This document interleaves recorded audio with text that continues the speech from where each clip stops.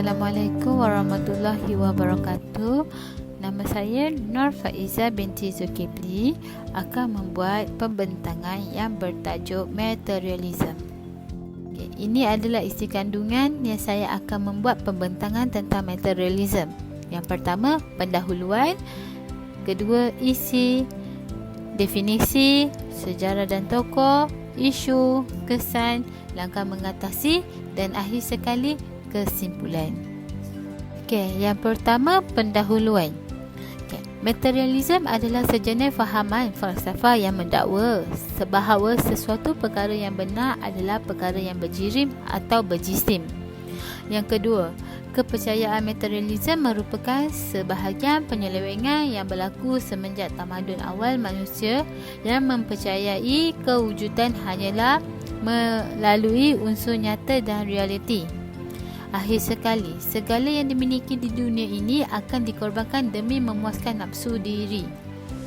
Terusnya, kita tengok definisi materialism. Materialism berasal daripada perkataan Yunani materia yang bermaksud benda ataupun berjisim. Manakala materialism dari sudut falsafah memberikan maksud bahawa semua fakta atau hakikat termasuk dengan pemikiran manusia mencenderungan dan sebab akibat sejarah manusia adalah semuanya bergantung kepada proses fizikal atau benda. Dan seterusnya, materialism mengutamakan keinginan dan mengejar hal kebendaan. Seterusnya, kita tengok kepada sejarah dan tokoh materialism. Sejarah perkembangan materialism muncul semenjak taman falsafah Yunani pada kurun keempat sebelum Masihi oleh Democritus. Beliau adalah pemikiran pertama mencetus konsep atom sebagai asas kewujudan. Atom tunggal ini mempunyai tabiat automatik untuk mengembangkan bentuknya sehingga wujudnya alam semesta. Atom ini mempunyai kuasa sendiri yang mempunyai unsur penarikan dan penolakan. Tokoh Democritus ini lahir di kota Abdera, Yunani Utara. Beliau hidup sekitar tahun 460 sebelum Masihi sehingga 370 sebelum Masihi. Falsafah materialism ini diteruskan oleh Epicurus pada kurun ke-3 sebelum Masihi. Melalui konsep kewujudan hanyalah melalui alam realiti, bukan alam gaib atau metafisik. Beliau dianggap bapa materialism kerana menolak kewujudan spiritual dan fahaman idealism serta neoplatonism. Epicurus adalah seorang tokoh Yunani yang pertama yang berjaya membuatkan rasa takut masyarakat Eropah tentang kehidupan selepas mati. Bagi beliau, mati tidak perlu ditakutkan kerana hidup sekarang lebih baik daripada mati. Beliau mula cenderung kepada alam realiti serta menolak unsur-unsur gaib dan spiritual. Beliau bahasakan materialism dan realism sehingga bapa materialism dan atheism di kalangan pemikiran orang Eropah dan Barat. Pemikiran Epicurus tujuan falsafah adalah untuk mencapai sesuatu kehidupan bahagia dan tenang, dicirikan atarasia bermaksud pendamaian dan kebebasan dari rasa takut. Seterusnya, falsafah materialism moden kemudiannya dicetus oleh Thomas Hobbes pada kurun ke-16 Masihi. Beliau banyak berbahas tentang fenomena fizik dan menolak metafizik. Seterusnya, Karl Marx. Dalam sejarah sosiologi dimasukkan sebagai tokoh teokrasi bersama dengan tokoh-tokoh lain. Karl Marx menyusun teori besar yang berkaitan dengan sistem ekonomi, sistem sosial dan sistem politik. Karl Marx dilahirkan dalam keluarga Yahudi moden progresif di Prussia, Syria. Bapanya turun-temurun ahli Rami merupakan petuan bela. Karl Marx yang berpemikirannya juga dipengaruhi oleh Darwin dan Ludwig Feuerbach, ahli falsafah Jerman, berpendapat bahawa hanya benda atau material sahaja yang wujud manakala Tuhan baginya adalah tidak wujud. Pemikiran materialisme Karl Marx adalah kemuncak aliran materialisme yang muncul sebelum ini.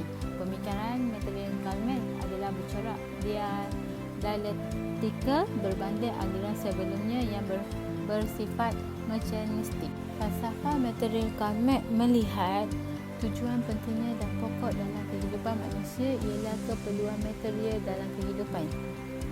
Sesuatu peribadi itu akhirnya ditentukan oleh mode of production atau ragam pengeluaran sama. Mode itu adalah feudalism, kapitalisme, sosialisme dan komunisme, yang merupakan di mana manusia menghasilkan mengubah matlamat hidup mereka.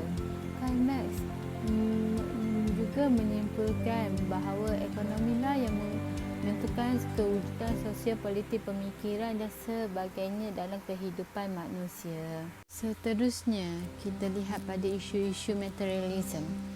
Masyarakat kini, terutama orang muda, terlampau obses dengan kebendaan dan kemewahan. Kedua, suka menampakkan dirinya lebih berkemampuan dari orang lain. Suka mencari perhatian dan mendapat pujian daripada kawan-kawan atau orang luar. Contohnya, kita beli sesuatu dan kita post di Facebook ataupun di TikTok ataupun di Instagram untuk kita menarik perhatian orang lain yang menampakkan diri kita ini mewah.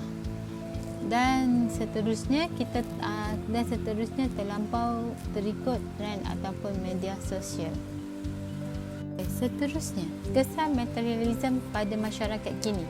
Kesan yang kita nampak daripada materialistik ini kebanyakan berpunca daripada media sosial. Remaja masa kini terlampau terikut trend dan membuatkan sesuatu ingin mendapatkan pujian orang ramai. Ada juga yang menunjukkan kemewahan sedangkan poket kosong. Bab kata pepatah, biar papa asal bergaya. Kita lihat pula kesan kepada individu. Hutang sehingga disenaraikan hitam di bank negara bermaksud kita inginkan sesuatu sampai kita berhutang sana sini sehinggakan nama kita disenarai hitam di bank negara. Kedua, menunjukkan menimbulkan perasaan bangga terhadap diri sendiri. Yang ketiga, hidup tidak tenang jika dikelilingi hutang. Langkah-langkah mengatasi bagi materialisme ini. Yang pertama, mengurangkan perbelanjaan. Contohnya seperti tidak membeli barang tidak berfaedah dan mengutamakan barangan yang perlu sahaja. Yang kedua, berhenti meletakkan nilai yang tinggi pada barang dan fikir keadaan diri sendiri. Contoh, membeli barangan yang mahal-mahal. Yang ketiga, berhenti bandingkan kehidupan dengan orang lain. Jadi diri sendiri, bab kata pepatah, mengukur baju di badan sendiri. Yang terakhir, sikap suka menabung. Dari sikap suka menabung ini kita dapat mengatasi daripada masalah suka meminjam, dan kita juga ada wang kecemasan jika kita perlukan. Perlu kita berhutang sana sini kerana dari hutang itu akan menimbulkan pelbagai kesan negatif terhadap diri kita sendiri ataupun keluarga. Akhir sekali, kesimpulan bagi materialisme. Falsafah materialisme akan membawa implikasi ke arah kehancuran sistem masyarakat, moral dan kepercayaan agama. Ia membawa manusia semakin jauh dari agama dan Tuhan, menolak dan hanya bergantung kepada kuasa benda semata-mata dalam perkara. Oleh kerana itu, umat Islam seharusnya memahami sejarah perkembangan sains, falsafah dan tamadun barat moden yang amat pekat dengan materialisme dan tidak menilai sebulat-bulatnya apa yang datang dari barat kerana ia boleh menghancurkan umat Islam. Sekian, terima kasih dari saya, Nur Faizah binti Zulkifli, kumpulan E2 yang membentangkan tajuk materialisme.